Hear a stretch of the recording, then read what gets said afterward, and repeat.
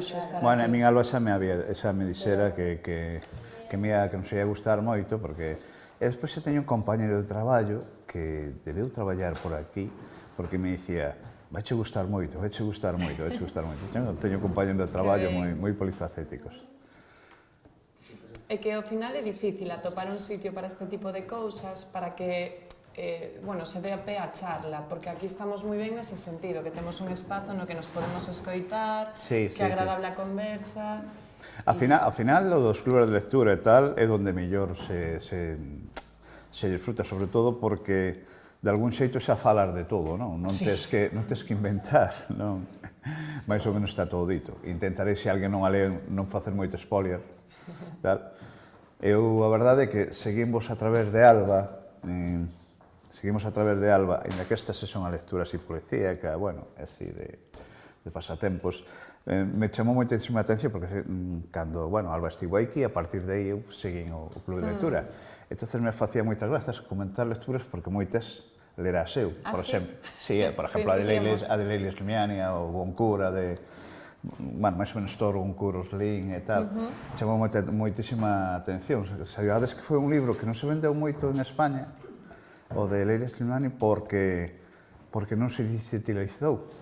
Entón, quero dicir, todo o que era as canles piratas, pero ainda así houve quen se molestou, porque sei a historia, quen se molestou en digitalizar toda a obra para sacala ao mercado escuro. Xa, que despois sempre hai unha historia detrás do circuito literario que é moi moitísimas. interesante, Un que eu, a verdade, o circuito literario o vivo dunha maneira moi particular, quizás porque non me sinta o típico escritor que se adique en isto en corpo e alma, pero sí que levo seguido moitas canas. Entón, digamos que é como outra visión, non? Como outra forma de entender isto. A mellor non son tan onírico, non? Tan prendido a ese mundo de que a veces son máis pragmático, porque ao final estas cousas, cando as vives un pouco, sorprendente da xente que te atopas no camiño, moitísimo ademais.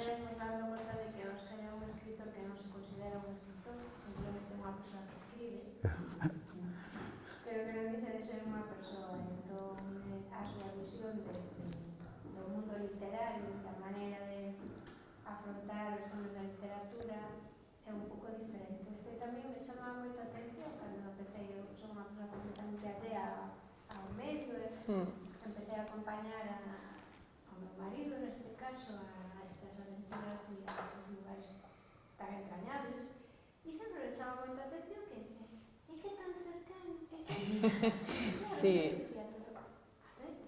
non era un planeta, non se faltaría que non fose, pero sempre chama a atención, e entón un día falando con unha persoa que se convertiu co paso do tempo na amiga nosa e que se dedica a vender libros e tal, e decíame que tiñas que ver como é a maneira de entender ou de dedicarse a escribir que teñen algúns autores, non? Que pouco menos que parece que xa para acceder a falar con eles tens que utilizar canles oficiais, un community manager, non sei que, pois este é un home que escribe. Logo de ser escritor, Son canles complicadas, indudablemente. Hai xente, por poñer hoxe un home que está de relevancia a nivel de Ourense, como Juan Tallón e tal, que eso xa outros mundos, non? Xa traballan con asentes literarios e outra historia. Estamos falando de moitas máis cousas. Pero si é certo que moitos autores, isto te das conta, por exemplo, unha das que decía Maite Celia, a coordinadora de Espazo Nobel Ourense, que é a librería top porque, son 8 persoas que traballan de luns a sábado, sin descanso a mediodía, con turnos e tal, quero dicir que é unha librería que vende. E a veces comentan e dicen, que claro, che un autor escribe un libro, claro, se vende o que se vende. Non hai... Estos son os marxes que hai, hai moita mitificación detrás da escrita. Entonces, vendes o que se vende, e hai xente que, porque pensa que escribe nunha editorial ou que está elí o seu libro, e claro, todos consideramos que todos o facemos moi ben, que eso se vai vender, e eso non é así. Primeiro, porque os libros son caros. Segundo, porque o mundo de divertirse, de pasar o tempo cambiou, se buscan mensaxes directas,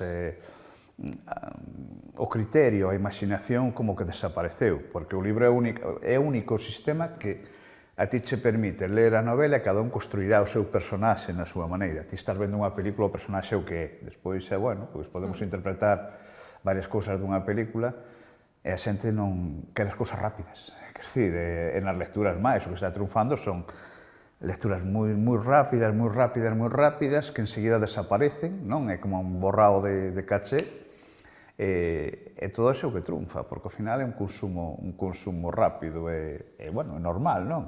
E é o que buscan, o sea, isto é o que se busca realmente nas editoriais. Eu aquí que non está a miña filla. Eu aquí que non está a miña filla, vou vos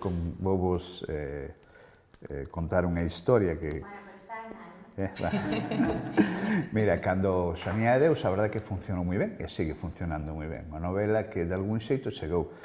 E puxos en contacto con ela durante bastante tempo unha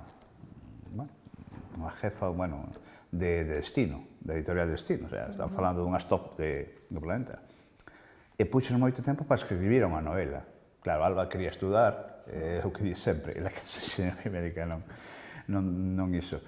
E puxose, pero, o sea, tiña que escribir unha novela cun formato definido e dunha forma definida e dun tema máis ou menos definido. O sea, nada é gratis, non? Nesto da escrita e dos cartos, porque as editoriais son negocios. Cando se ve, por exemplo, facía moita gracia porque en Ourense, que ademais foi unha controversia grande, porque claro, os círculos culturais... Isto estaba falando alguén que intenta ver as cousas nun segundo plano, non? Non fora disto.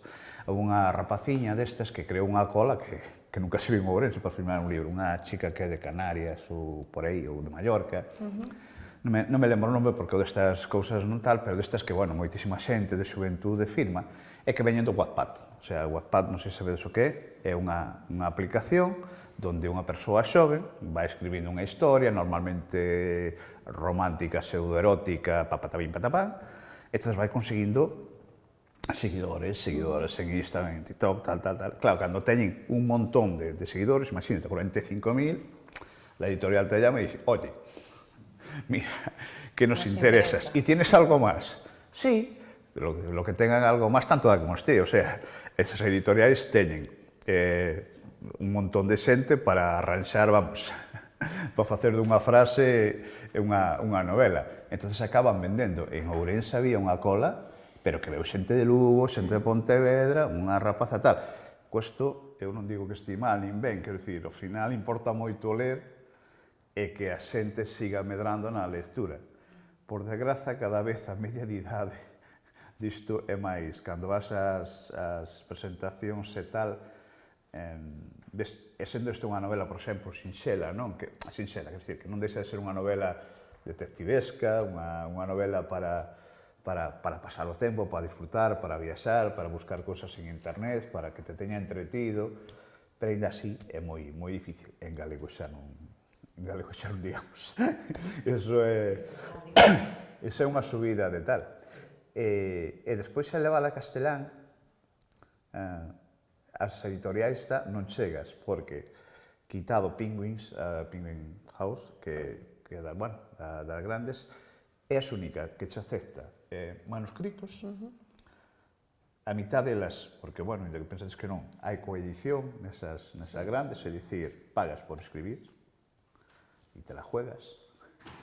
E, se non, xa todo o que é resto grande, ou chegas a través dun contacto moi directo, ou dun axente comercial, ou do que falamos, de triunfar nas redes sociais, porque iso che vai garantizar unha serie de ventas que ao final son números, son negocios.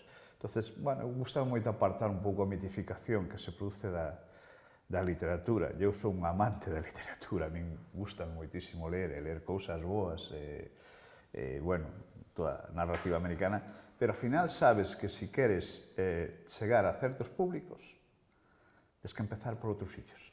É máis unha idade como a miña, xa non vos digamos, tens que, de algún xeito, bueno, si ter unha idea, pero ir chegando. eu teño a sorte de que probablemente esta novela saia dentro dunhos meses en castelán. Por aquilo de que me gusta que me lean, non me dá moita importancia, diredes por qué, porque ten un mes de cláusula de anti outra lingua. O sea, cando tú firmas estas cousas, 90%, porque senón non se venderían. Se esta nova estuvese a 5 aquí, en Ourense ou en Lugo, 5 en galego e 5 en castelán, iríanse 4 en castelán e unha en galego. Entón, as editoriais non soportan. Por esos precios elevados, sobre todo das editoriais galegas, non? Porque non, claro, a media non dá. Xa é un mercado máis reducido, É un mercado claro. moitísimo máis reducido. Non sei se isto vos interesa, vos Sí, soa, sí, non sei. vos chama a atención, porque, bueno, Miquel, quizás un pouco antes de introducirvos, para Estás veces... xa ou todavía non estás grabando? Sí. Vale. Para poñer Bueno. contexto. Vale, de acordo. No, pois simplemente por iniciar así un pouco. Sí, no, eu por romper un pouco o seo, por contarvos estas cousas que me parece que moitas veces non se falan e son moi interesantes. Eu que descoñezco o medio, pero en Santiago vou a Pedreira o 16, bueno, 8 estou en Sobero, o 16 vou a Pedreira, e vou con a Burgramer, con Chus Pasión por Ler, o Miguel Gomosona e tal. Coño, moi unha chica majísima, tal, si, claro, seguides e tal, e vou con ela. Non teño cartaz e tal, porque eu entendo que estas cousas teñen que funcionar desde outras ópticas, sabes? Incluso empezar a cambiar, que eu non o vou a lograr, ni moitísimo menos, pero sí a cambiar, porque a mí é unha cosa que me chama moitísima atención, e non sei se o fixades, hoxe, por exemplo, para nenos en galego fanse auténticas maravillas. Eu teño uns chicos aí que son editorial Antela, que son un matrimonio, bueno, fan auténticas vergalladas, maravillas. E os nenos leen en galego, e ven dibuixos en galego, empezan a comprender a natureza en galego, teño ali algunha amiga aí que é unha educadora medioambiental, e unha Soto Iglesias, bueno, que vas conhecendo moita xente. E de repente, hai ese parón. hai un parón. Hai un parón. Porque, por exemplo, o que leen os rapaces, fantasía, todo isto, en galego, se desaparece. Entón, ese salto acaba nunha literatura moitas veces moi boa, porque hoxe hai escritores galegos que escriben, les o Incendio, unha maravilla, les a Marisel, bueno, les a moitísima xente, buenísima, pero claro, xa topar lectores para esas cousas xa non é sinxelo. Complícase. E despois está, claro, ese círculo que tampouco entendo outro círculo. De feito, hai guerras, de feito, bueno, un compañeiro, non sei se coñecedes, bueno, coñezo Roberto Cagliao, que é un chico de Ferrol e tal, bueno, que leva 13 novelas, que escribe en galego, crearon unha asociación esta galega de escritores e tal, que chocaron frontalmente ca LG, bueno, estas cousas. Pero bueno, pasemos ás pegas, porque que saibades que según íbamos a aparcar o coche, o primeiro que vimos foi unha pega. Unha pega, por suposto, dando a benvida, lucense. Aí estaba de diante. Sí, estaba todo preparadísimo. Estou seguro, no, tedo lo currado, No, é buenísimo, despois vos contarei onde sale esta historia, pero sí que a verdade, unha das cousas que máis me sorprende por esta novela é que recibo un montón de mensaxes, pois, por Instagram, tal. Oye, Óscar, ou incluso fotos. Oye, Óscar, sabes que acabo de ver unha pega? Oye, sabes que me acabo de cruzar cunha pega? En Nazarén López, non sei se coñecedes, unha escritora moi boa e tal, onte falando comigo, precisamente, pois, porque, bueno, desto que nos coñecemos de casualidade, xente que empatizas moi ben. E, mira, Óscar, estou para quitar co teu libro, teño dúas pegas sempre ao da casa, cada vez que intento quitarlle unha foto, non lle deixan, porque normalmente localizan moi ben o... Bueno, que fixen un máster sobre pegas. Sobre pegas. Sí, ao final, porque, bueno, vos contaré. Ao final foi un máster sobre pegas, entonces sí que te das conta que con que quites calquer obxecto brillante ou intentes facer unha foto e mucho moi reflexo, xa salen, se van. sí. E las tienes aí, pero según lo haces, se van. Son moi listas. Pois nada, comezamos entón e dándolle a benvida a Óscar. Grazas. Que a verdade é que, aínda que nos coñecemos hoxe en persoa, eu teño esa sensación de que xa é como un amigo de moito tempo. Seguro que tamén porque, bueno, é o noso segundo encontro coa familia Guzmán. Segundo que tivemos... Esperemos que sí. E nada, é un placer contar coa vosa, bueno, coa túa presenza para comentar esta novela. Queremos darlle tamén as grazas ao Bello Cárcere por ofrecernos este espazo e tamén aos nosos compañeiros de Enrec por permitir que isto despois quede grabado e podamos subilo a nosa canle, non? Entón, eu para comezar, pois, quería empezar comentándoche por isto que estábamos a falar xusto agora, que tires unha persoa que está un poquinho fora do que é o circuito literario. Teño moita curiosidade por saber como foi a túa relación coa escrita, que foi o que te levou a escribir e canto tempo levas facendo. Contanos un pouquiño. Bueno, cando empezas costas historias, aparece xente na túa vida de atrás que che conta porque canto tempo levas escribindo. É xente que non te das conta. Vou empezar porque eu escribo por unha cosa moi fácil, porque lín moito. E lín desde pequeno, precisamente do que falábamos antes, non había outra distracción. Vivías nun pobo, meus pais tiñan gando, eu iba cogando, e eu detrás dunha parede, pois, levaba o que tiña. Daquela lía, empecé por Marcial Lafuente Estefanía, por Kay Luger, por Silver Kane, que eran aquelas noveliñas de vaqueiros, que tal, e depois empezas a ler Moby Dick, Robinson Crusoe, as versións orixinais que se venían antes, claro. Xa é un nivel cualificativo e cuantitativo, porque iso non se lee hoxe. É imposible ler un Moby Dick porque dache algo, un Robinson Crusoe. Quedar do viernes hasta tal. Entón, supoño que sempre tiven esa idea de escribir, ou ler algo, non? É algo que queres ao final facer, pero nunca me din. E despois, bueno, a vida me foi levando por outros canles e acabei estudando, facendo co bacharelato en Salesianos. E atrás atopeime con, bueno, a veces me atopo con vellos compañeros, con Julio, e dime, esta miña esposa, e dime, oye, ti sabes que ainda teño poemas teus guardados? E digo, o que dis? Eu non me lembraba de que escribía poemas ou de que escribía cousas, e esta xente, pois, teno guardado. Dice que non me devolve porque pode valer moitos cartos. O fai ben. E nada, aí quedou, seguín lendo sempre moito, collo que teño unha boa imaginación lendo, pero xamais me atrevín a escribir historias, e ven un pouco con algo a historia, claro, porque todos os pais, isto repito moito, todos os pais queremos que os nosos fillos sexan o que nos quixemos ser nalgúna ocasión, ou cumprir ese soño que tivemos. Creo que con 15 anos, ou así, Alba, estudaba no Instituto Blanco Amor, e había un certamen que se chamaba Rosa Gómez, unha mestra que morreu moi xove, bueno, pois ese tipo de certamen de colexio. E bueno, pois gañou ese ano, non? Eu estaba falando dunha idea, ela esa idea escribiu-na, máis ou menos, e gañou, era un e-book, o premio e tal, e sempre temos esa broma, non? E eu dicía en segundo ano, Alba, outro Rosa Gómez é posible, pero era outro Rosa Gómez é posible. Perdona que me estenda na... Nada, por suposto. Outra Rosa Gómez é posible. E o segundo ano volveu gañar o Rosa Gómez. Entonces, claro, xa era unha aventura fantástica. Pero esta aventura empezou en 4 anos, claro, gañou 30 premios literarios. Minervas, premios xa con unha consistencia cultural, incluso por non dicirlo económico, claro, pero gañaron Minerva, son 6 folios, son 600 euros. Así, tal. Entón, empezou a gañar premios, e eu, claro, detrás, dándolle ideas, dicindo, pois, Alba, pois isto... Acórdome unha vez, unha anécdota que estábamos nun bar, estaba vendo unha historia que non vou contar, porque sea largo, pero estaba vendo unha historia na barra, e acórdome que estaba eu, Alba, e se escribes esta historia,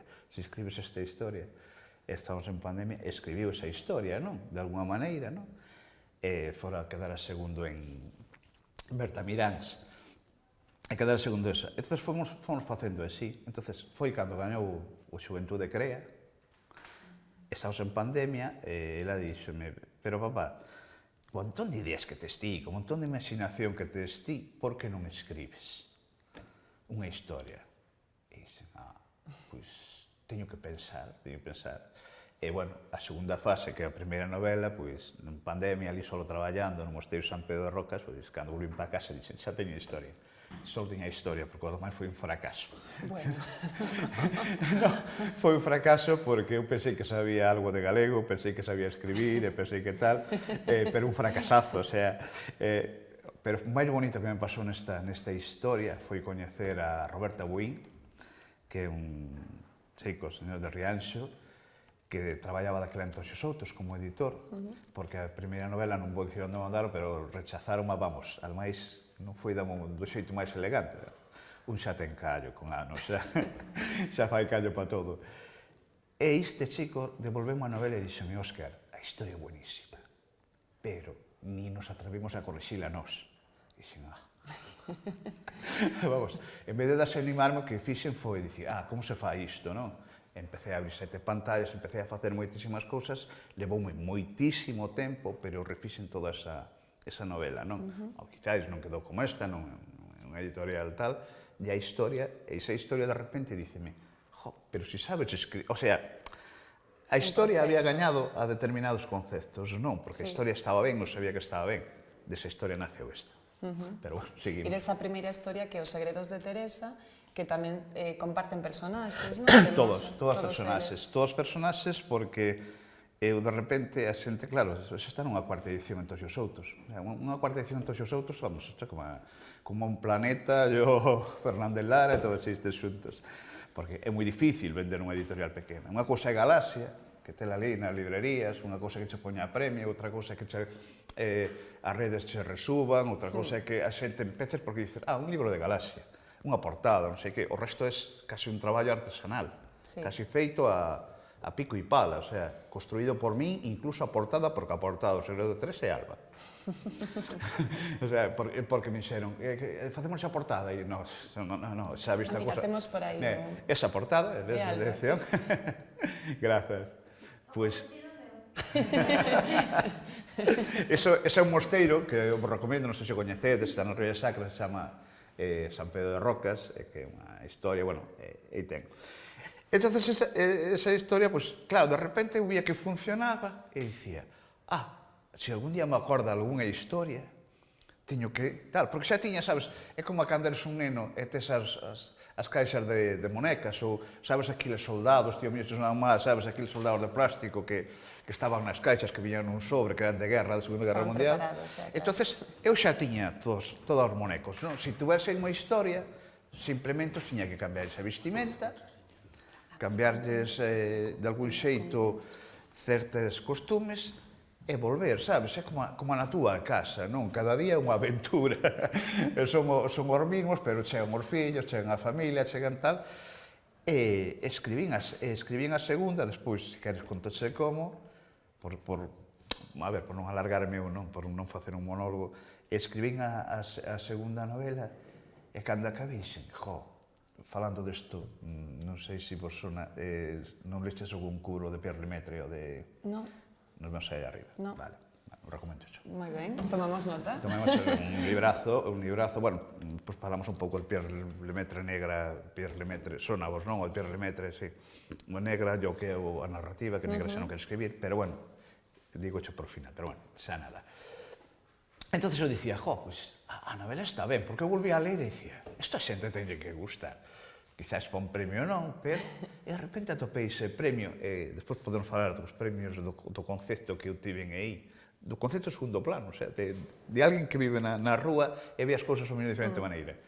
Bueno, xa gañalo, xa foi, vamos, para min, ademais coincidimos os soles, máis eu, nas datas máis ou menos, a do planeta. Están aí. Non coincidimos no metálico, pero...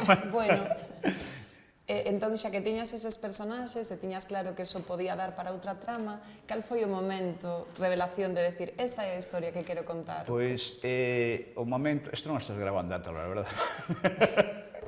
Non quero contar, pasa que todo non podo contar. Pero o momento de revelación, xurdendo a miña cabeza, eu non dou creado unha trama. Quero dicir, eu non son incapaz de sentarme agora e dicir, vamos a asesinar algún de aquí, non? Teño que ver de repente que ti, por exemplo, estás morta, non? Te busco os asesinos. Entón, a miña vida xurde así, explótame a cabeza de vez en cando, como me explotou aí, subido no campanil da foto esa, e digo, pois, a primeira idea era que eu quería escribir, non? Sabes, como que quere deixar de fumar, sigue fumando, pero sabes que vas conseguir, non? Que en un momento dado se vas deixar de fumar. Entón, bueno, miña esposa que é enfermeira, bueno, minto. A primeira foi no balcón da cociña, que estaban agua da cociña e vi dúas pegas no tellado do edificio de enfronte, que damos pa Ponte Romana. Empecé a preguntar eses paxaros onde viñan, que era da súa vida e, sobre todo, como morrían. De onde cando morrían, non? Porque isto é un pouco... Sí, no, algo claro, normal, cando escribes estas cosas, eso sí. O sea, con todo, con todas as coñas, sempre hai algo máis profundo cando escribes. Entón, empecé a preguntar polas pegas, e de repente dinme conta de que quizáis aí había unha historia, non? O sea, había algo aí, non me xurdía. Despois xa, unha parte que vou evitar foi ver a un veciño, co cal me foi fácil construir un personaxe. Todos os personaxes que están aí son reais. Todos. Deformados, pero todos, absolutamente todos. Algúns que cantaron comigo, todos. E logo quero preguntarche por Friki García, que teño moita curiosidade. Sí. É que aí está o problema, bueno, despois encontramos. Vale, miña esposa é enfermeira, traballa na residencia de Ourense, que está centro da cidade, non é como hai que vos saídes para aí para fora, grazas a Deus. Pois nada, que cheguei un pouco, con demasiado tempo, un pouco cedo, e fun dar unha volta co coche. E xa pasar, de repente, vexo a casa que se describe aí, a mansión, e vexo a mansión, existe. Realmente cambiei a ubicación, como poño aí, pouco, pero cambiei, e máis ou menos está aí. Ya describe a cara que traía. Estamos aí en departamento. Me encontré a mansión donde van vivir. Bueno, e de repente atopo nunha árbore, porque a chega de árbores, está unha pega, claro. Xa parquei o coche, tirei freno de mão e puxeme a contar o perímetro da casa, pasos, que ten cámaras de seguridade, dixen, bueno, vestido o señor, empecé a medir o perímetro da casa e tal, e cando cheguei a casa, xa tiña o escenario. E depois xa collín a miña filla e dixen, ven comigo, que che vou enseñar unha cousa. E ali outra vez lle enseñei a casa. E de repente dixen, e si meto aquí ese personaxe, a Rafael Soutelo, o pego, e que as pegas, co esa historia das pegas, construyo, non? Non sei se listes tos a novela, de como que vai aparecer aí unha pega colgada no soportal. E coa coña que empecé, porque gustame moito eso de ter a xente, de repente, que pensa que vai aparecer un morto, non, aparece unha pega colgada, non? Porque a mí encántame que a xente se ría, non? E que de alguna maneira lle quites un sonriso. E cando te faz unha idea, que se se todo. E iso, pois de aí naceu un pouco a historia, e de Friki García, que era un veciño, pero despois xa contaré algo, non sei como contar. Para disfrazalo. Pero bueno, que quero dicir que todos esses personaxes, quero dicir, son xente do meu arredor, xente que eu séntome e de repente digo, este podo matalo. Ou este convertilo nun detective. E facer esas personaxes antagonistas dos xemelgos que lle cambio os casos, non? Porque ao final, eu creo que Torre Bruno debería ser o can de Saladino e Titío do Marcelino, non? E todos esos personaxes, porque sempre me gustou esa, non sei, eses personaxes raros, eses mundos. Quizás porque me gustan máis, sempre vexo moitísima xente, cando estou tomando algo, sempre me gusta fixar moitísimo na xente. No que fan, no que escriben, de todos eses como se moven, porque hai tantos mundos, non? E dices, como será o mundo desta persoa? Bueno, teño unha imaginación que sí que considero que teño unha boa imaginación, o sea que, pero non é que eu trace, quero dicir, eu non poño aquí nesta parede blanca tal, vamos por aquí, que va, por eso me leva un montón de tempo, porque despois xa donme conta de cousas que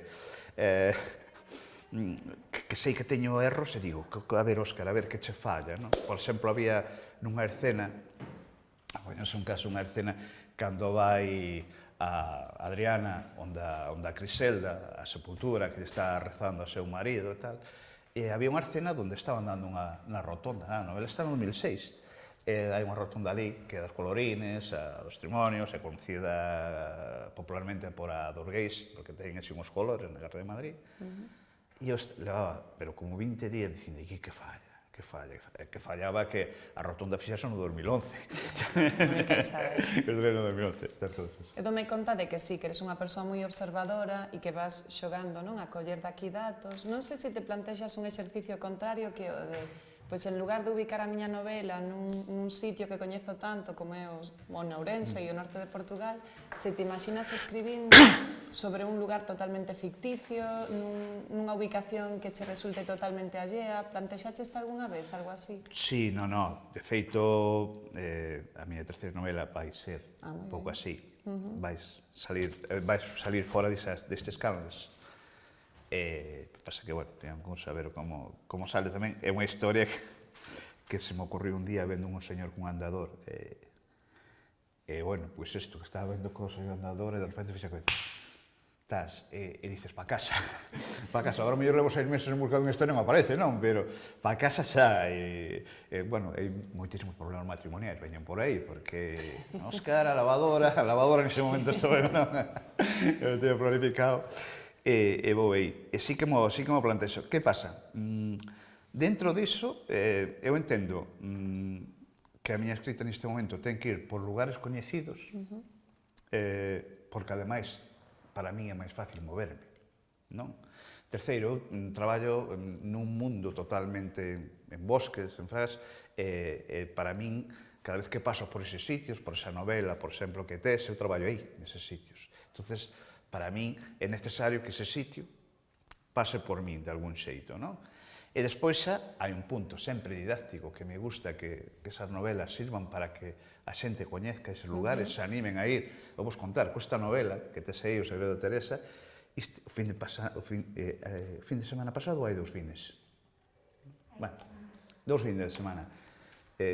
Consiguen que 13 persoas, un matrimonio de Buenos Aires, un matrimonio de San Sebastián, un matrimonio de Bilbao, un matrimonio de Albacete, unha chica de Jaén, o sea, vides todos, a través dun grupo de Facebook que se chamaba Atrapados entre libros, se viñeran a Ribeira Sacra a facer o percorrido desa novela e estar 3 días. O sea, claro, ao final estas cousas, pois é o máis bonito que che pode pasar, non? Entón, para mí é máis fácil moverme. E despois xa tamén hai que ser sinceros. Eu sei que vai ser máis fácil para min colocar esa novela de algún xeito, non? Porque e despois, sabes, a xente se gustalle moitísimo ler sobre onde coñece. Porque despois así podes arriscar como esa xente ou como ahora ler esa novela e dice, pois nada, vou coller a meu marido, meu fillo, o que sexa, ou só, e me vou ir a ver isto, porque como me gustou tanto, pasou con moitas novelas, un pouco Cuadro de Redondo, en que, bueno, pois estaban os sitios un pouco cambiados xeite, pero, bueno, Beles Ares tampouco, pero, bueno, en fin, quero dicir, que moita xente, ou co Soto dos 4 Ventos, ou o Bosque dos 4 Vientos de María Oruña, non sei se vos sona, canta xente foi aí, moitísima, que, por certo, gustei vos nunha novela, si que vos digo, pero coñezo moito sitio, está documentada, e as localizacións, cuidado, hai poucas novelas link que eu coñezco o sitio, malladas como eso. Igual que as de Xavier Quiroga, coa Ribeira Sacra do Miño, tamén, non sei se coñecedes, son espectaculares. Pasa que, bueno, persona máis... Nada, tomamos nota para unha próxima actividade pola Ribeira Sacra. Pois sí, e se algún día queredes e tal, sí, eu quero dicir, a ver, son zonas que, bueno, como a todos está masificado, hoxe o día vou para ir outono, porque cando realmente, ademais, a explosión de cores e todo eso é bestial, pero sí. Entonces, quero dicir que despois, a nivel desto, a xente dice, unha novela de Ourense, como, sabe, e se funciona a xente vai, porque dices, é que eu coñezo, a ver que dice, asumes o risco tamén de que podas errarle algún dato, porque claro, despois xa cando te enfrontas a un montón de datos, aquí, por exemplo, na última parte do norte de Portugal, non é unha zona que controle en exceso. E claro, cando te posa a ler isto, claro, te podes ler hasta un tratado en portugués e dices, a ver, quen di a verdade, que en 700 anos seguro que alguén esqueceu cousas e non... Como foi ese proceso tamén de documentación para crear toda esa parte da trama no norte de Portugal, da historia, eses feitos? Esa é outra parte, porque eu vou unindo pezas. Eu tiña que agora abandoroume, un compañeiro Iñaki que sempre me ia falando do Couto Misto, da historia do Couto Misto, e eu, claro, pois dixen, falta un escenario final. Aí está. Aí está. Entonces, a partir de aí, vaste documentando, o sea, empezas a dicir, no, voume documentar pouco. E cando das conta, estás lendo 100 páxinas de 1864 do Camiño Privilexiado, e dices, pero isto... encima en portugués, o sea, e acabas preguntándote como acabas lendo un tema, 20 folios en portugués, porque dices, non. Pero claro, xa como tomei tanto que xa ben ves que teño palabras en portugués e todo iso. Bueno, é unha historia toda, a ver, en Ourense, por exemplo, o que é o norte de Portugal, sur de Ourense, está moi ligado co tema extraperlo no século XX, co paso de moitísimas cousas. O sea, meu pai, o primeiro radio, como casi todos que somos de Ourense, o primeiro radio que se Sanllo, veo de Portugal a través das burras ou o lombo pasando. Ese é o de todos. Entonces, bueno, pues é unha historia moi bonita. De feito, hai unha recuperación, está García Mañas, que foi escritor, e ten, bueno, moito escrito de aí, e foi, ademais, jefe da Policía Nacional de Ourense. Bueno, hai un percorrido histórico moi bonito aí, o que pasa é que, bueno, como meteus a política, cando se mete a política, xa sabedes, acaba todo eso. Entón, bueno, pois vaste documentando, porque eu sí que me gusta ser moi meticuloso. Moi meticuloso. Intento que nadie...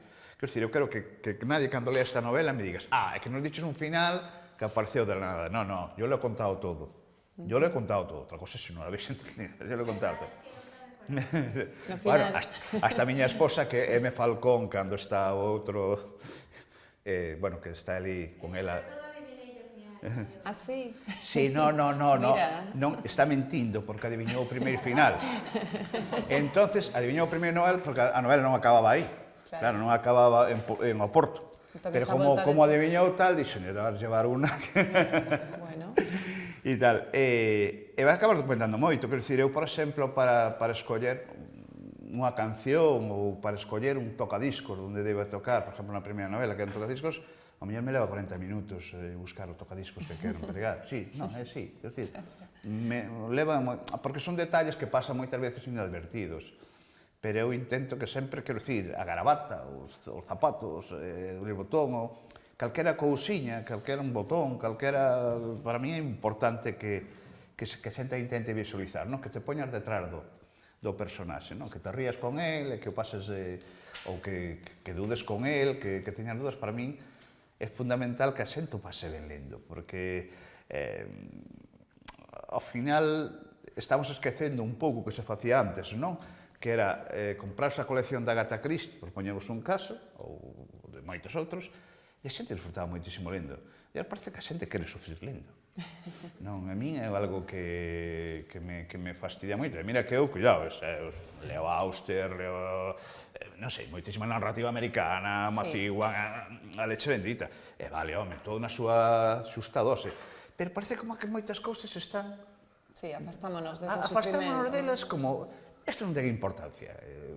Eu vos lembro, e dixo unha gran verdade, nunha presentación na Feria do Libro en que fun con Manrique, en Pontareas, que leva aí, la organiza aí, entonces preséntame. Isto vou non contar, porque... E dime, bueno, normalmente estas novelas non soen ganar estes premios. Eu, bueno, claro, non. E dice, pero, bueno, como está escrita con tanta ironía, con tanto sarcasmo, con tan mala hostia, pois é entendible tal. Pero como que estas obras non, como que non, de algún xeito, isto si que o noto, teño que dicilo, como si non teñen ese caché. Xa. Entendedes? E, bueno, os cachés a veces están ben, e outras cousas tamén están ben, sabes? Ao final... todo ten que ter algo de todo. Eu entendo, e ademais como está montado o tinglado. Sí, o sistema. E temos ese canon e hai que entrar aí. Non, hai un canon, exactamente, moi ben dito. Hai un canon que parece que é un círculo, que se non estás nese círculo, que parece que, oye, as cousas poden estar mellor ou peor, pero Benjamin Black escribe novela negra buenísima. Lermaitre escribe Fred Vargas, que é unha das miñas autoras, non sei se listes unha sobre Vargas. Nunca lestes a Fred Vargas? Igual novela, non? É que temos aquí a nosa representante de novela negra. A ver, eu escribo por Fred Vargas, quero dicir... No, bueno, eu digo un par delas tamén. Pero eu, por exemplo, para min, por exemplo, é unha autora que, bueno, ademais foi premio Príncipe de Asturias, pasa que é unha señora que non quere saber nada de feito xa lle vai romper o premio, vai, para ser. Pero quero dicir que son autores que tú empezas a lelos e tal, e é unha pasada como escriben. O que pasa que, bueno, son géneros que, por moito que digan, siguen estando denostados. Veo outra vez, e se impuxe da novela negra clásica de atrás, non? De Hamlet, de todo isto, pero hai escritores, agora parece que repunta un pouco, Diego Ameixeiras, non sei se vos sona, que é de Ourense, que agora está en al revés. Claro, toda esta xente, eu recomendo vos, por exemplo, non sei, por ler Justo, de Carlos Basal Rey, semejamente. Claro, son lecturas que son, ou Soledad, impresionantes, pero son tan oscuras, tan negras, que a xente non lle importa que durante 10 páxinas se despiecen un paisano, se conten todas as larvas e todos os vermes que hai aí e tal e cual, pero se lle tocas os sentimentos, se hai dor nas páxinas, quero dicir, se o autor consigue transmitir toda esa escuridade e esa negrura, a xente non quere saber, non quere saber nada. Al revés, que é unha editorial buenísima, non escriben esa xente, e ten o seu canon, pero desaparece a favor, indudablemente, do marketing das grandes, de Mola, de toda esta xente, que está ben, quero dicir, eu non quero criticar a ninguén, meu Deus, xa me gustaría a min, pero quero dicir que sí que hai unha certa cousa desas. E, bueno, contanos un poquinho dos personaxes, cal é o que che causa máis tenrura, ou aquel polo que teñas unha devoción en particular, ou incluso algo de xenreira, non sei, cal é o... Eu creo que de alguma maneira os quedo a todos e os odio a todos, porque, claro, a cada un lle puxen algo de mí. Bueno. Iso está claro, quero dicir, todos os meus personaxes, desde a Suiza, desde o forense, quero dicir que somos, digamos, os máis aleatorios, non? Pero creo que o personaxe fundamental para min é Saladino Mariño, porque a todo isto, o sea, é increíble, pero o rollo porque un dos personaxes que sempre tuve foi a Leopoldo Xelmírez, non? Porque é un personaxe que foi o primeiro que creei, que me recordaba un pouco a Morris, sabes? De tal. Entonces, ou a Sergio Pazos, incluso, no seu momento, bueno. Pero os dous xemelgos, e hai xente que me escribe e díceme: «Oi, Óscar, gustoume moitísimo a novela», ou mesmo na rede, «Supertean Marcelino Mariño», ou «Supertean Saladino Mariño». E é unha dicotomía que dices, e vaste fixando nas persoas que cho comentan, e valos ligando. E hai algo deles, non? Sí, e aparte que é como, non sei, pero acaban odiando a Saladino Mariño, digo, joder. A mí cambia bastante mal, Saladino. Claro, sí, claro. Sí, como... Claro, sí, sí. claro, bueno, non deixa de ser... Verdade, é como... Non deixa de ser o que é. Pero, sin embargo, ese último fondo... Se me vai o micro, bueno, sí, creo que non hai problema, non? Vale. Sin embargo, esa humanidade ten esa, claro, ten moitísimas cousas, ten os amantes, que dixe polo nombre, o sea, ten a súa muller, a súa amante, claro, é un fachan toda a regla. Sí, sí. Pero toda a regla, pero, quero dicir, esa elegancia, esa mala hostia, ese cariño humana, polo sí, moi real. e ese último momento, non, de un pouco de xusticia poética, do final, eu creo que ao final sempre te tens que dar como dunha persoa, non? E quizáis, bueno, pois eu quitolle ese anaquiño, non? Ao final, de algún xeito, cumpre a función. Pero Saladino encántame, pero claro, eu a Saladino vestido co Borsalino, o traballo, como digo, agachado no entrar o Borsalino, hasta fun ali quitar fotos, hai unha sombrerería moi famosa en Ourense, cerca da Praza Maior, non sei se a coñecedes, o seu Borsalino, o seu traxe blanco, o que significa para él, esos zapatos, poder comer, non? Bueno, claro, vos non lestes a primeira novela, pero na primeira novela, nesta novela o personaxe cambia, porque cambia un pouco, porque, bueno, ten unha pequena carallada na primeira, unhas pequenas desgrazas, e ese personaxe de mala hostia, a mí nos recorda moito a Mike Hammer.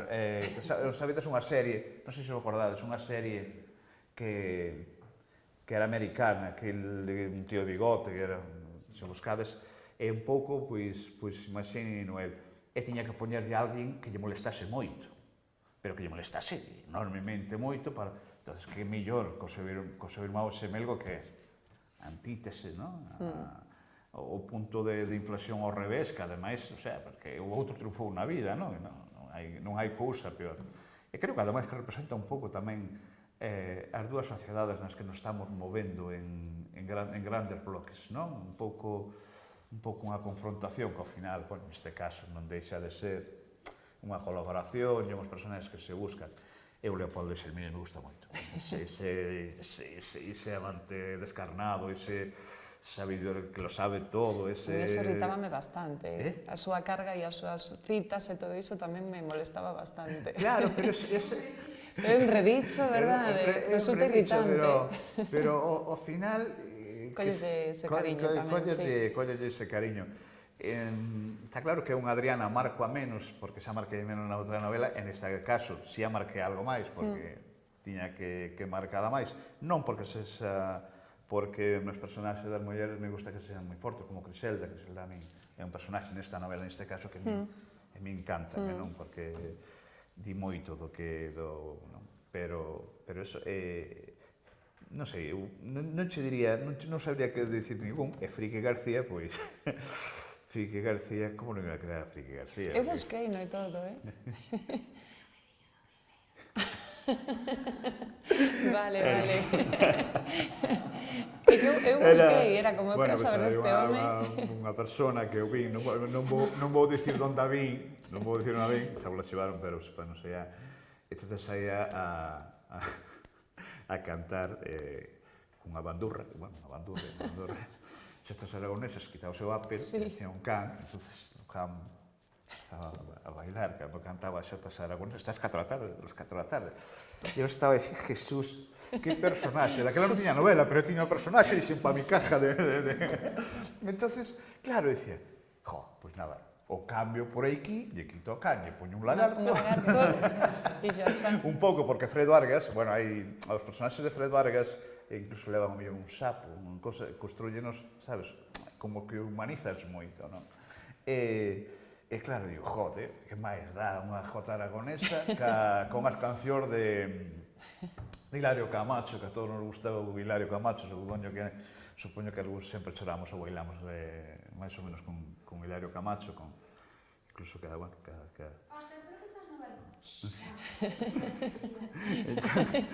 Sí, porque entonces, cando tuve a idea, cando tuve as pegas, cando tuve a Frique, cando tuve tal, xa tiñas outros personaxes, xa me empezou a salir a idea.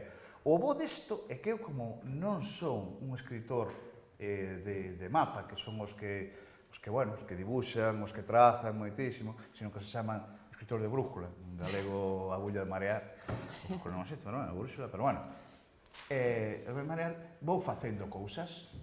Entonces, cando chego a un final, paso yo aquí, paso yo 2 lectores, beta, e se me adiviñan e tal, digo, isto non pode ser, non pode ser. Aí entra Maite, entón? Claro, entra Maite. De feito, o sea, cando está no hospital, que ela está ferida, que hai unha que intenta ligar, bueno, miña esposa, M. Falcón, cando lle dice, non sei, M. sin María, non sei, Mercedes, o Maite Falcón responderá e tal e cual. Bueno, puxena un pouco repugnante, un pouco, pero bueno, que saibades que tamén ten un cameo, como facía isto do superhéroe, sabes, o do superhéroe nas películas dos Vengadores, o creador, que sempre tiña unha película un camión sen dúbida. Eu onte viña para o centro e saliume esta canción de Baiuca e Xoel López, a de Páxaro do Demo, e cando estaba escoitando digo, isto sería unha intro maravillosa para unha adaptación da novela.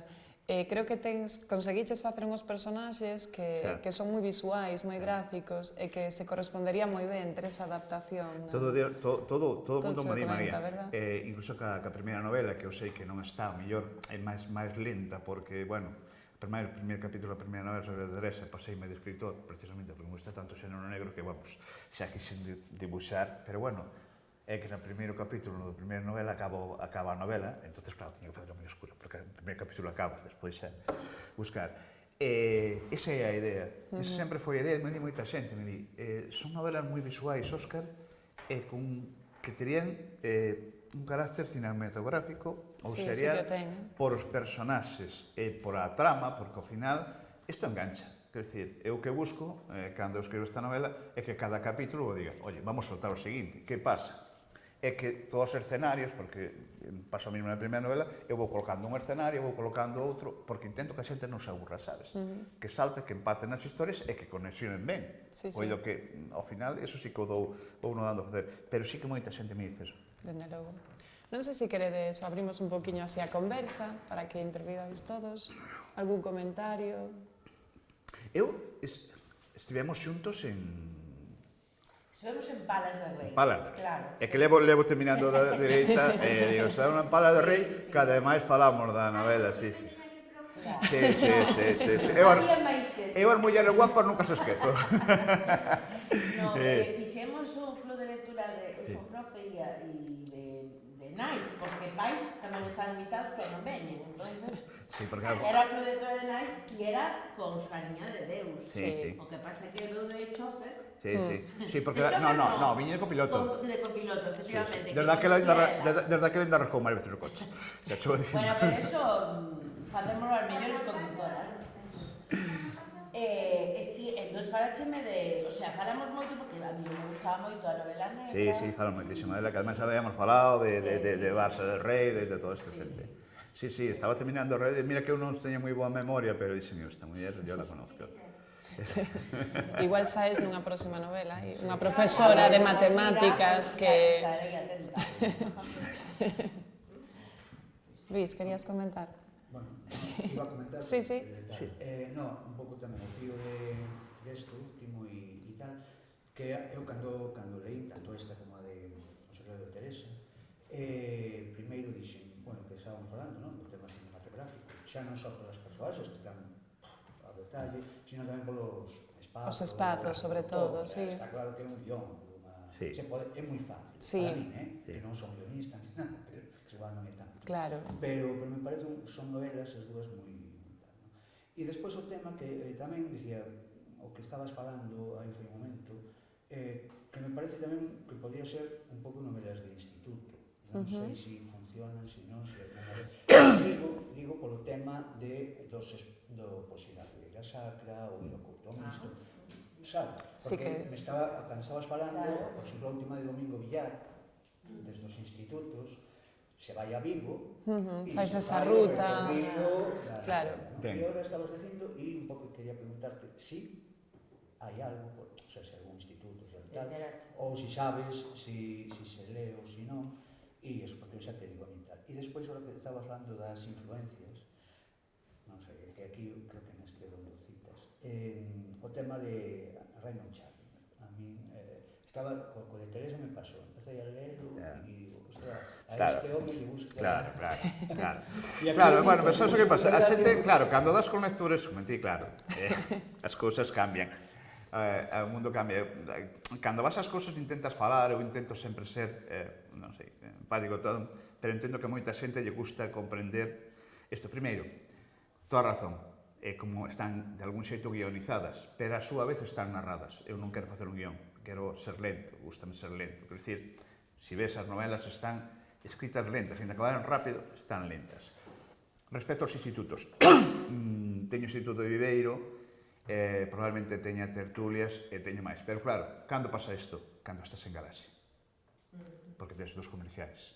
Un en Pontevedra, Ourense, outro Coruña, Lugo.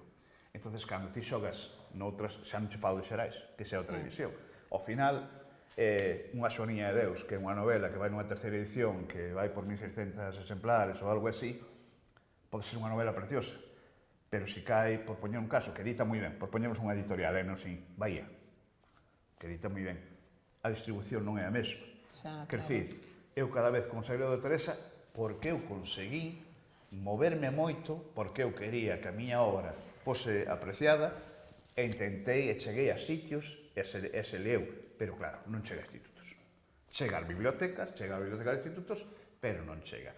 Con isto sí, porque hai un comercial que peta na porta, coñezo mellor ou tal, que iso non quero dicir que teña ninguna connotación económica ni nada, pero si chega, porque esta novela chega, e chega nun formato e dice a María, dice, oye María, mira este libro tal, e dices, mira, formato, Sí. portada, título atractivo, galaxia e premio. O sea, acaba de dar 4 ingredientes. E encima, o autor vai vir, porque eu vou ir a Viveiro. Claro, ir a Viveiro son 200 km, 200 para cá, e non os quero decir yo lo que sale isto, pero eso ten que ver. É a miña felicidade, e neso da publicidade tinou unha moi ben. Hai cousas que non teñen prezo. E para mí, neste momento, estas cousas, estar aquí, non ten prezo. Se o calculo, non entendes, pero para mí non ten prezo. Estar aquí charlando con esta, con vos.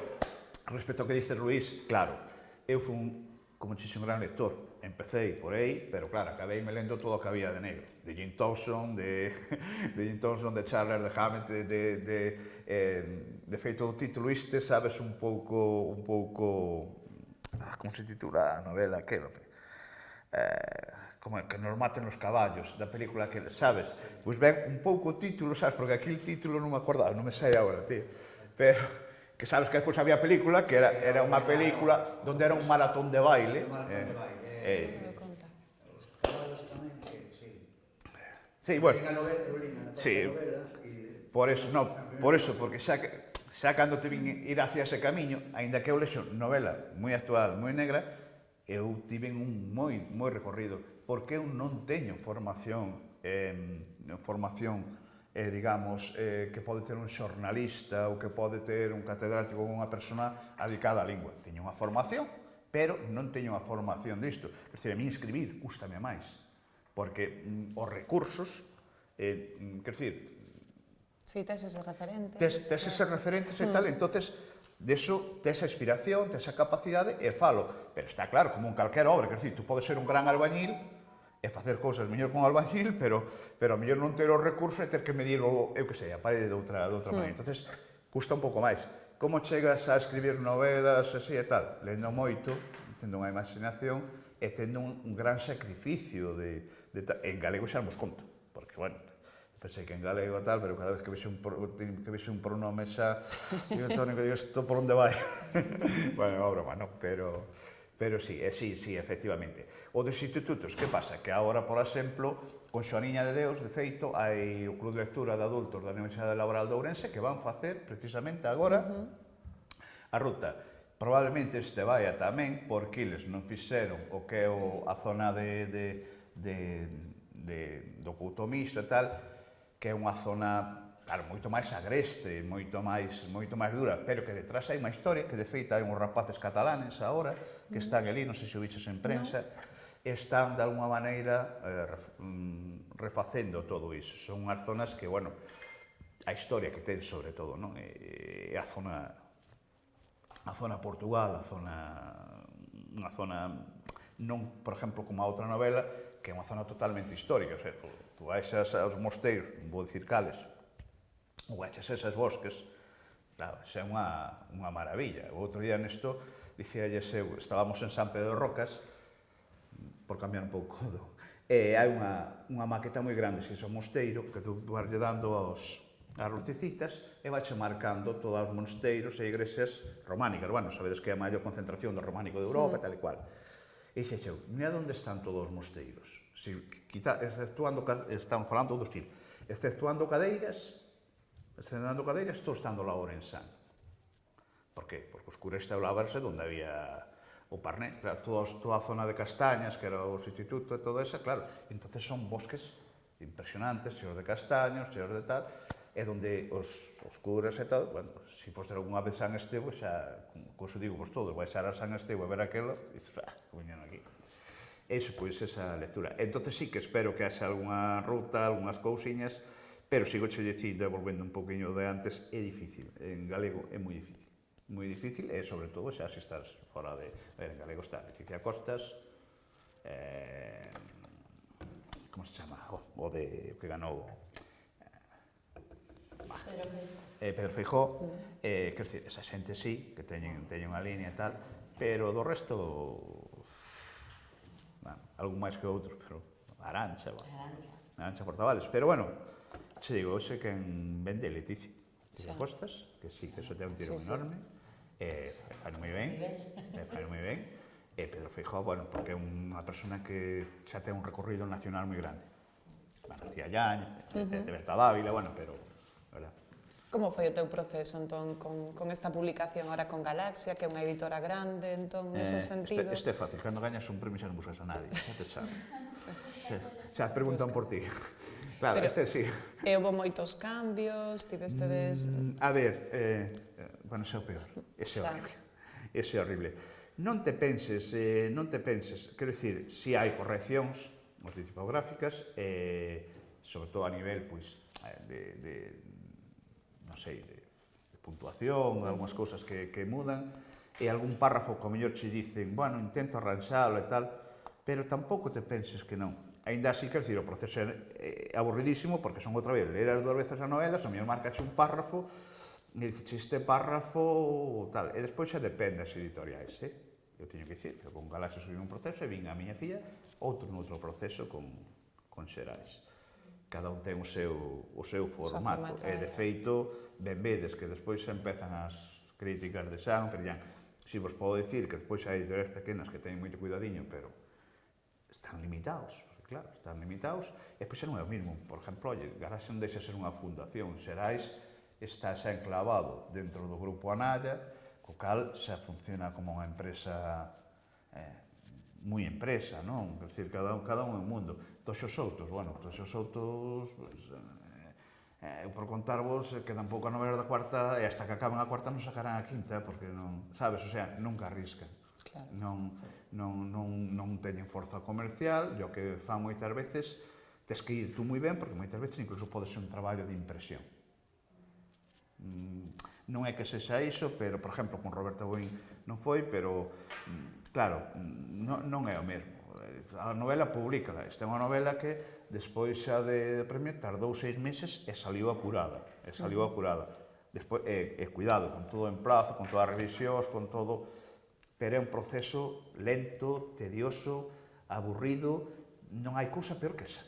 O sea, eso é horrible, porque... Pero non che dixeron, oye, mira, este personaje, suavízale isto... No, aparte que me negaría. Vale. Quero dicir, a ver, podo entender, porque, pues comento unha cousa, pero podo entender que alguén me diga, mira, ten cuidado porque alguén se pode sentir ofendido, imagínate, no mundo sexual pode ser ofendido por algún detalle desto. Podo entenderlo. Eu intento xa, porque cuesta hai que ter moitísimo cuidado, de verdade, porque, pues, tremendo esa sensibilidade que hai en certas cousas. Quer dizer, se non podes poñer el niños a bordo. A mellor tes unha pirula, Sí, é grande. Pero, neste caso, creo que é unha novela policíaca, sin máis senso, e non tuve ningún problema. Pero eu sei de algún caso que ao mellor tes unha boa crítica por diante, pero que che poden fastidiar a novela por calquera cousiña. Non refería máis... E, sobre todo, sabes o que pasa? Xa, de que censuraran un Igual pouquinho. vas a vender máis, bueno, nos creemos que vas a vender máis si este lío, pois No, porque sabes o que pasa? Nisto no mundo galego, cando eu non sabía moito, o sea, que non sabía moito, que non sabía nada. Cando publiquei a primeira novela, mandei nunha editorial como a que manda unha galiña e facer unha expedición ao Ártico, nin idea de nada. Pero depois así, que xa me gustou ir a sitios, enterarme, escoitar, sobre todo escoitar, gusta moitísimo escoitar, mirar e observar.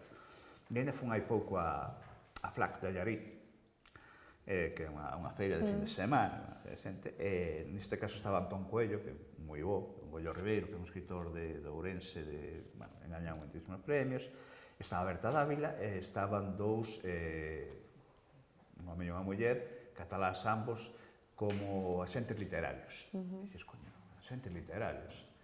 Isto, claro, e de repente das conta que, e dice, non, é que aquí en Galicia non hai figura de xente literaria. Por qué? Porque non é rendible. Claro, ahora, na seguinte. Pero non é rendible. Entonces, en Galicia, o proceso non é un proceso comercial onde se vai vender moito. Entonces, o que conta máis é a corrección, o que é a corrección, a presentación, eu creo que máis o visual, ca máis alá disto, porque tampouco hai un movimento. O sea, para mover libros en galego, ben ves, quer dizer, é tremendamente difícil, tremendísimamente difícil, e coste que o está dicindo alguén que intenta movelo, non xa porque se vendan 100 máis ou 100 menos, sino porque me fai moita ilusión, non? Non, esta non, bueno, vou dicir unha portada porque esta é outra, claro. A portada, vamos, ni saber de que va. A mí chegoume 2 días antes e era algo que me tiña así. Dixen, isto, oye, menos mal que cando a vi, porque, o sea, cando me enseñaron xa marchou para enfrente. E cando a vi, a verdade que me gustou moito, me impactou moito, porque sabes o que pasa, non moi listos. A grafía, por exemplo, o vermello, como que a xente no subconsciente como que ve con sangue, non? Como a pega, despois a abertura, o sea, o negro, non? Estiveron moi hábiles. Claro, eu tamén aproveitei, que non tiña por aí a miña pega, que non a puxen, tamén a miña filla me comprou, hostia, que é unha pega, Alba, Maite. Ai, vaya. Bueno, quero dicir, e se me seguidas nas redes, eu dixen, así, pois pegas para todo. Entonces, non ves que todas, veña pegas para todo. Unha iglesia, unha pega na iglesia. Ahora, como isto de internet, faz unha maravilla. Claro. Sigues tamén este tipo de reseñas que hai nas cangles agora que xa non son reseñas como antes en prensa, sino que é eso, Instagram e todo isto, móvese moito. Que relación tes ti con esas críticas ou estás moi pendente delas? É algo que non... A ver, vouche en isto tamén.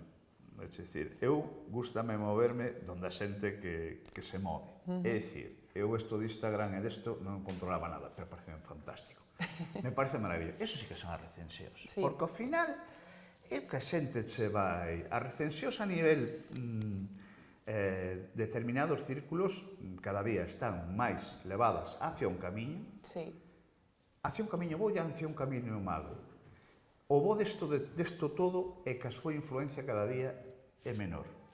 O sea, hai máis influencia, pero moitísima máis, no que poida dicir un Instagram, un Bookgrammer, con peso.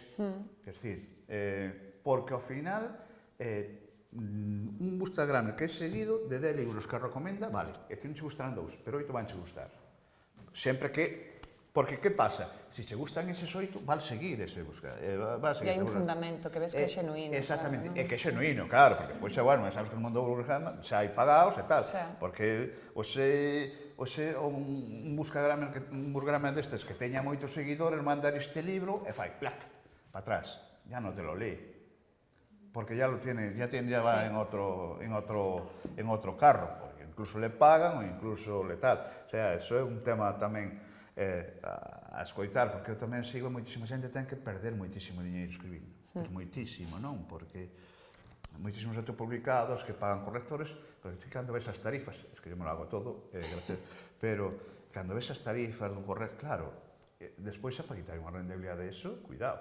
E sin editorial, sin distribuidora, porque o truco dos libros está na distribuidora. Na distribución, claro. Na distribución. Onde está aí, onde está o truco.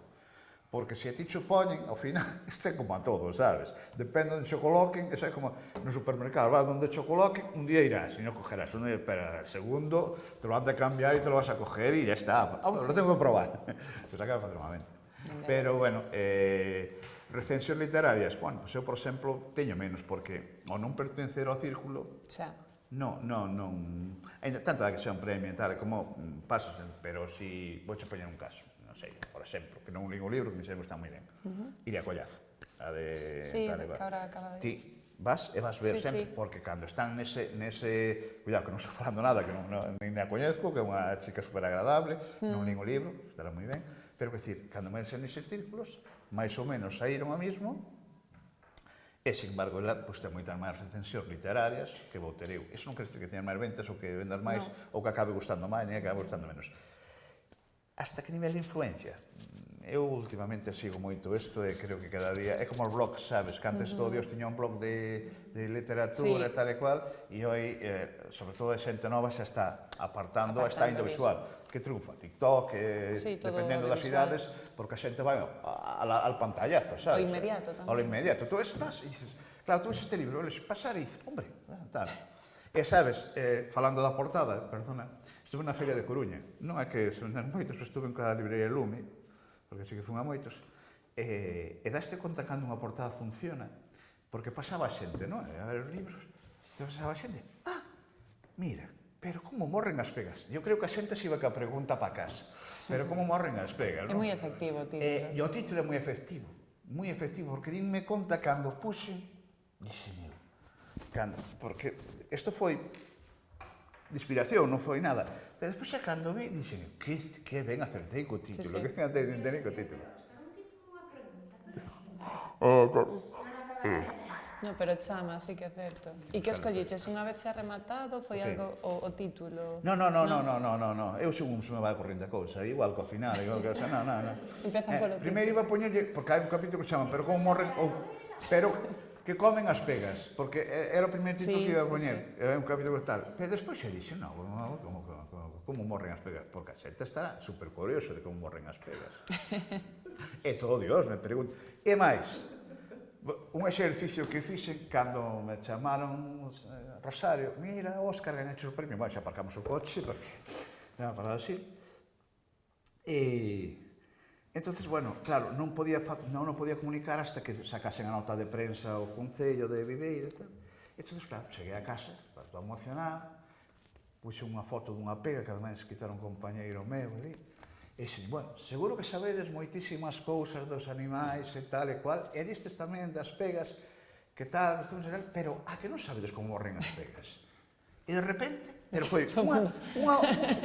unha cantidade de interaccións, Sí. e como morren, e todo Dios se acaba facendo nas entrevistas a mesma pregunta, pero como morren as pegas? En todas as entrevistas que teño de prensa e tal, eu sempre digo o mismo de amor, porque, bueno, no final, é si que se ibades que as pegas sempre teñen parella fixa. E tamén hai moita tradición oral, non? A mí miña nai sempre me di eso Sí. de unha pega e morte, Claro, dúas pois alegrías... sabes por qué? Sabes por Sí. qué? Ou por eso interpreto. A ver, falando un pouco das pegas, as pegas. Sí, miña nai tamén, sí. Sí. Unha é morte, dúas é alegría. Miña nai di, unha morte, dúas alegrías, 3 por neno, 4 por nena. Sí, un neno. Bueno, contovos algo das pegas, este aspecto. Claro, cando eu empecé a interesar moito por elas, porque as pegas teñen a inteligencia ademais por a súa forma do cerebro, como a dun mono, son igual como os córvidos, son superinteligentes, capaces de desarrollar e capaces de recoñecerse elas mismas na súa imaxe. Entonces son tremendamente moi intelixentes e claro, fonse adaptando á cidade en Ourense e que conviven connosco. Eu co rollo imos sempre ao mesmo bar ali, bueno, cos veciños e tal. Isto, hasta que eu non sei se é un pouco profético, tiven a sorte de ver as mañás, cos 32 mañás, unha pega ao seu niño. Despois xa de botaron a rula do sitio, porque son dominantes. De feito, son gregarios, o sea, cando atacan a algo, asustan, porque se xuntan 12 ou 13, e son gregarias, son moi gregarias. Bueno, o que nos pasa normalmente cando necesitamos ímonos xuntando. Teñen unha capacidade de adaptación, se o vedes cada día, están máis cerca de nós, se ven na cidade, porque, claro, o hábitat, non hai millo, non hai, bueno, sobre todo en Ourense, non? Isto o que pasa? E viven en parella, porque desde un principio viven en parella. E cando, ademais dicen ou eso dicen, non sei se os ornitólogos son machos, ou son homes, pero dicen co fiel é o macho, e cambra ten así. Algún día ríe, pero bueno. A todo isto, cando morre un, inmediatamente, bueno, se fixen isto, inmediatamente o que buscan é outra parella. Pero en cante non, andan por aí. Entonces a xente, cando vía unha pega sola, se interpreta que non ten parella. Si buscando sempre vai a estar cerca un doutra, non busca tal. E a xente interpretaba eso, pois, un pouco nese senso. Esa línea. Nese senso. De aí o rollo da historia de Rafael Soutelo cando construiu todos os patíbulos nas lameiros de millo e tal, porque ise mal llullo, non? Sí. Eu xoguei un pouquiño con eso, non? Porque eu quería de alguma maneira que Rafael fose realmente unha pega, na súa maneira era, non? Eses personaxes tamén que a mí me gusta, non sei se dixe algo de John Connolly. Eu sí. Todo lo que debe morir, de John Connolly. Bueno, pois, a min John Connolly me encanta tamén. Todo lo que debe morir é un novelón. O que pasa que é unha serie de recomendo cho, pero bueno, lea a primeira. Lea a primeira, que creo que é a mellor, e despois xa son 15 ou 16 sagas. Ou 15 ou 16 novelas a saga. E o tío escribe moi ben, se che gusta un pouco, son duretas, pero se che gusta un pouco mezclado con misticismo e con tal. Entonces, de alguna maneira, ises personaxes, que mira que non ten nada que ver, pero os personaxes de Rafael, no? No, os posibles os- soplos, sí, o que van de Pedro de Otilio e de Gotera, e tal, pois John Connolly tamén crea uns personaxes que sempre son ao lado, que son a leche. Entonces, bueno, moitas veces estas cousas por imitación, pero moi distorsionado. Eu antes iba a preguntarche polo final, pero ahora xa teño sentido, porque se me dis que foi dunha lectura que adiviñaron aí por onde iba e por eso decidiches darlle ese segundo final. No, bueno, o segundo final está inspirado nunha novela. Bueno, se checar antes xa. Está inspirado nunha novela porque me parece un final buenísimo. E o que sí que me dou conta que os finais sí que os mallo bastante ben, quero dicir, mallar no sentido de golpeados, igual co de Teresa, porque o de Teresa pensei que nadie, que todo Dios máis ou menos iba a saber e tal, e ao final sorprendeu moitísima xente, porque non esperaba, ou polo menos que se solucionase desa maneira. Creo que o final é igual que a portada, creo que é un acerto da novela, porque o lector sempre se queda co final. Sí. Sempre se queda co final.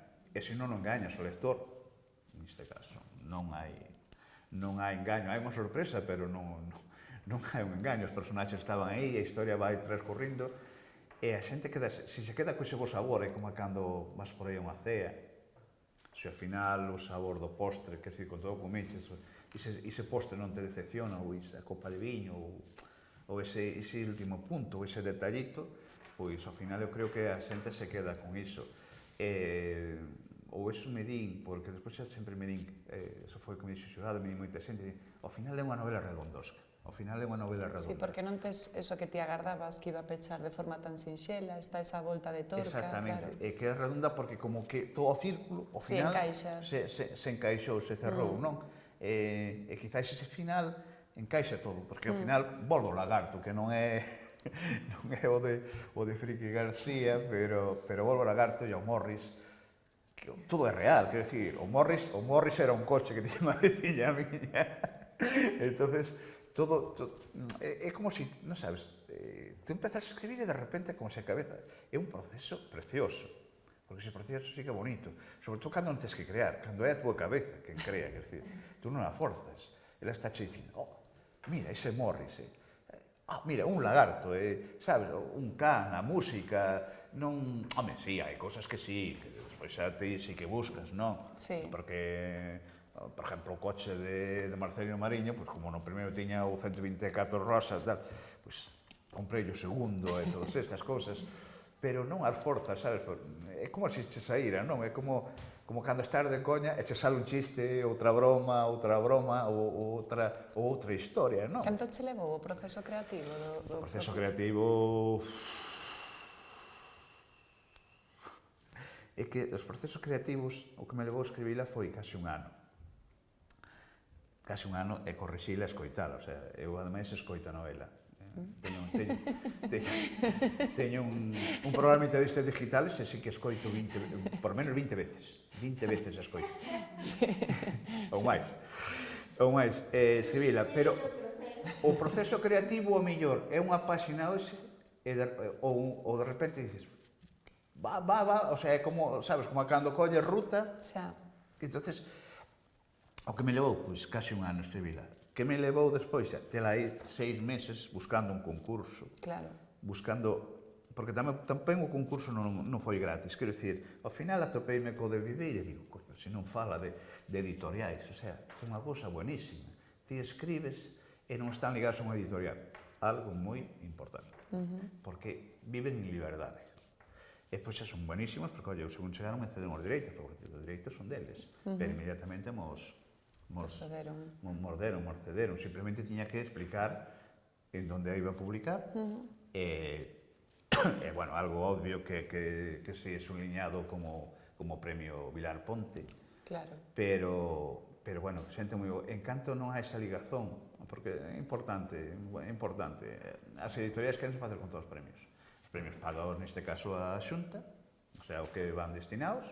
Despois, a iles, neste caso, que é unha ceremonia preciosa no Teatro de Viveiro, non sei se o coñecedes, que é magnífico, preciosísimo, e é unha ceremonia que eu quedei parmado, vaya. Vamos, me sentín ali abrumado de todo. Ou sentímonos, porque estábamos, minha esposa máis eu, que ademais invitei, iba a invitar a outra Maite, porque, oye, como Saladino, unha Maite, a do pasar o ferro. Eso, pues, nada, eso foi ese proceso creativo, pero bueno, repito, se os procesos creativos me levan un pouco, quero dicir, esta última novela que é máis curta, que vamos a ver, se sai, o que será dela, pero o proceso creativo... É moi natural, non? Claro, de repente digo, pero é como un estallido, sabes, como un flash, dice, pum, e tal. E despois, igual que nesta, tiña nesta última, bueno, vou dicir o título, ojalá salga ben, dame sorte. Unha fixación aí, non? E cando cheguei ao final, digo, pois mira que final tan bonito.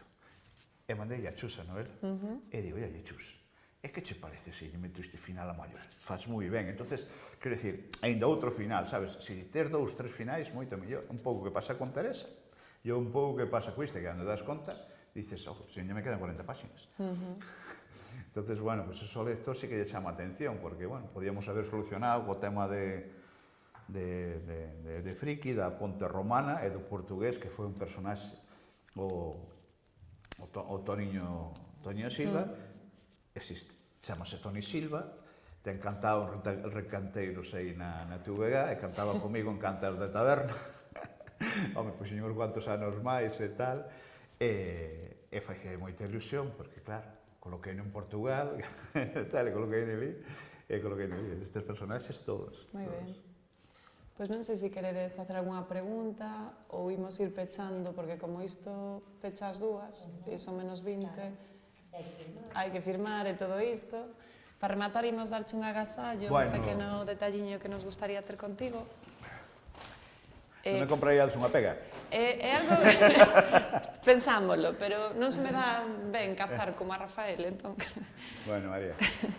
Nada, é un agasallo que ten un pouco que ver coa túa novela, porque comeza cun listado de cancións. Entón, nos queremos darche un poquinho de inspiración. Vamos a regalarche este libro que se chama Aquí non pasa nada. É unha colaboración coa Deputación de Lugo e é unha recopilación dos distintos grupos e bandas que houve aquí na cidade. Entón, podes buscar algo de inspiración para facer unha lista na próxima novela tamén. É algo que me... É algo, grazas, María. É algo que sempre me preguntan moito, dime, oye, o da banda, o da lista de... Porque ademais eso sí que foi condición miña, o de que son a BSO, que de feito está en Spotify, e tamén na outra esa novela, tamén está. Está no... Está aquí no inicio. Está no inicio. Sí. Está no inicio. Eso é algo que sempre me chamou a atención e que aprendí de Murakami. Sí, sí. Murakami tiña BSOs. Sempre. E penso que a música, sempre que te... De algún xeito te acompaña, e as cancións, de algún xeito, tampouco son gratuitas, non? Quero dicir, Hilario Camacho, ao final, canta a canción do que estaba acontecendo. Sí. Como eu escribo para un público, porque eu que busco é un público que era como a min, non? Que leía estas cousas, que vía estas cousas, e penso que estas cancións lle van a recordar, quer dizer, cando tú escoitas Hilario Camacho, que a mellor ti, que era máis xoven non, pero outra xente que no fondo, sabes que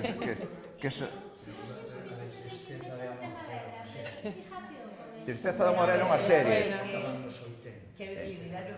Tristeza de amor era unha serie que estaba...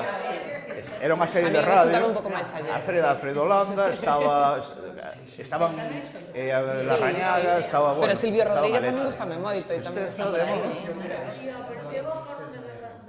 Pois nada, a ver se así buscamos inspiración para unha próxima novela, tes aí onde investigar. Pois moitísimas grazas. E nada, unhas galletitas que se fan aquí tamén no meu barrio. Vale. Entón nada, que o disfrutes Pois moito. A vos. eu nada, quería vos agradecer moitísimo a vosa presenza, sobre todo a María, a empatía que sempre tivo, e nada, que eu estou tremendamente agradecido, tremendamente contento de haber estado aquí, de estar convosco, porque estas cosas non pasan todos os días, e mañá nunca sabes o que che vai a ocurrir. E díceme moita xente, pero Óscar, pero non neceche a pena marchar a Lugo, tal e cual, e digo, vamos, como se só está o técnico do sonido non lle vai. Pois nada. Sí que merece a pena porque eu escribo como unha débeda persoal.